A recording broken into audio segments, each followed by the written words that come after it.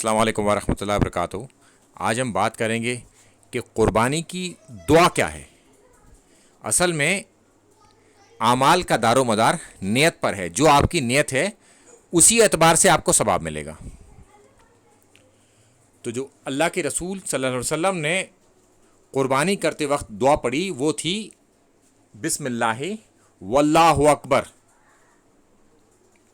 تو ہم یہی دعا پڑھیں گے، بسم اللہ واللہ اکبر۔ اچھا، ایک دوسری دعا بھی ہے جو کہ موجود ہے، جس میں اللہ کے رسول صلی اللہ علیہ وسلم نے فرمایا کہ اللہ کے نام پر اے اللہ، اسے محمد صلی اللہ علیہ وآلہ وسلم، آل محمد یعنی کہ ان کی اولاد اور امت محمدیہ کی طرف سے قبول فرما۔ تو یہ اللہ کے رسول صلی اللہ علیہ وسلم کی طرف سے خاص دعا ہے۔ تو یہ ان کے لیے ہے، نہ کہ باقی لوگوں کے لیے، کیونکہ امت کے سربراہ جو ہیں وہی ہیں اور دوسرا کوئی نہیں، تو لہٰذا یہ دعا ان کے لیے خاص ہے۔ اب ہم چلتے ہیں ایک اور دعا جو عرف عام میں مشہور ہے، جو حضرت ابراہیم علیہ السلام سے منسوب کی جاتی ہے۔ اس کے آخری لفظ بھی یہی ہے کہ اللہ کے رسول صلی اللہ علیہ وسلم کی طرف سے اور امت کی طرف سے۔ تو یہ حدیث ہی ضعیف ہے۔ اس کے علاوہ ہم آگے چلتے ہیں قربانی کے مسئلے سے متعلق کہ جانور جب ہم ذبح کریں قربانی کا تو چھری کو تیز کر لیں تاکہ ہم اسے آرام دے پائیں۔ تو اسے آرام جب ہی ہم دے پائیں گے جب ہم چھری تیز کر لیں گے۔ سیدھے ہاتھ سے ہم ذبح کرتے ہیں، اکثر لوگ، اس میں کوئی شک نہیں ہے، سب سیدھے ہاتھ سے ہی کرتے ہیں۔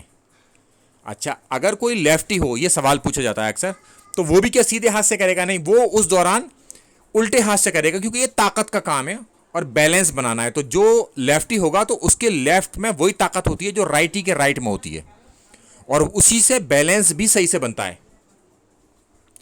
تو اس معاملے میں لیفٹی کا جو لیفٹ ہینڈ ہے، یعنی کہ الٹا ہاتھ ہے، وہی اس کا سیدھا ہاتھ ہوگا، کیونکہ وہ طاقت اور بیلنس کے اعتبار سے ہے۔ اور جب ہم ذبیحہ کرتے ہیں تو اس کی شہرک کاٹتے ہیں سب سے پہلے، اور اسے آگے تک لے کے جاتے ہیں، اسپائنل کارڈ تک، جسے کہتے ہیں حرام مخز۔ تو حرام مخز تک لے کے جاتے ہیں، حرام مخز کو کاٹتے نہیں ہیں، اسپائنل کارڈ کو کاٹتے نہیں ہیں۔ یہ یاد رکھیے گا، ذبیحے کا یہ مسئلہ ہے۔ شہرک کو کاٹیں گے، اس کے نیچے تک چلیں گے، اور اسپائنل کارڈ کو کاٹیں گے نہیں، وہاں تک جائیں گے۔ اچھا، اس کے کیونکہ ہم جھٹکے کا ذبیحہ کھاتے نہیں ہیں، تو لہٰذا تو اگر کوئی پوری کاٹ دے گا تو وہ جھٹکے کا ذبیحہ ہو جائے گا، تو لہٰذا ہمیں وہاں پر رک جانا ہے، اور وہ حرام مخز ہے۔ اور اس کے کاٹنے اور نہ کاٹنے کا جو مقصد ہے وہ یہ ہے کہ اگر اسپائنل کارڈ کٹ گئی تو پھر اس کے جانور کے دماغ اور جسم کا تعلق کٹ جائے گا، اور جو اس کے اندر جو بلڈ رہ جائے گا وہ باہر نہیں آئے گا۔ اور اگر وہ حرام مخز یعنی کہ اسپائنل کارڈ نہیں کٹی تو آپ نے دیکھا ہوگا جانور جھٹکے لیتا ہے اور اپنا سارا خون باہر نکال دیتا ہے۔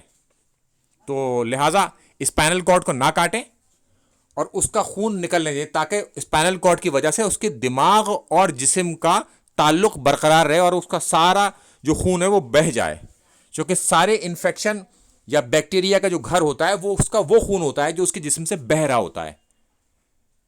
تو یہ طبی اعتبار سے، میڈیکل پوائنٹ آف ویو سے بھی یہ ٹھیک ہے، اور اسلامی طریقے سے بھی یہ ٹھیک ہے۔ اچھا، اب اس کے آگے ہم چلتے ہیں کہ حضرت عبداللہ ابن عمر رضی اللہ تعالیٰ عنہ اس جانور کے گوشت کو مکروہ سمجھتے تھے جس کا رخ قبلہ رخ کر کے نہ کاٹا جائے۔ تو اکثر مسجد اور مدرسوں میں جو قربانیاں ہوتی ہیں، مولوی یہ پوری کوشش کرتے ہیں کہ جانور کا رخ قبلہ رخ ہونا چاہیے، یہ پریفریبل ہے، مگر اگر کوئی ایسا کرتا ہے تو وہ اچھا ہے۔ ورنہ آپ دیکھیں کہ مرغی کو ذبح کیا جاتا ہے یا کبھی دوسرے جانور کو ذبح کیا جاتا ہے، اس پر اللہ کا نام ہی پڑا جاتا ہے، جبکہ قبلہ رخ نہیں کرتے۔ آپ مرغی والا کبھی دیکھا ہے قبلہ رخ کرتے ہوئے؟ مگر یہ بات پریفریبل ہے کہ قربانی کے جانور جو کہ بڑا جانور ہوتا ہے تو اس کا رخ قبلے کی طرف کر لیا جائے، تو وہ بہتر ہے۔ یعنی کہ پریفریبل کا مطلب ہے وہ اچھی چیز ہے، یہ کام کریں گے تو اس کا اجر زیادہ ہوگا، یہ بہتر ہوگا اس اعتبار سے۔ السلام علیکم ورحمۃ اللہ وبرکاتہ۔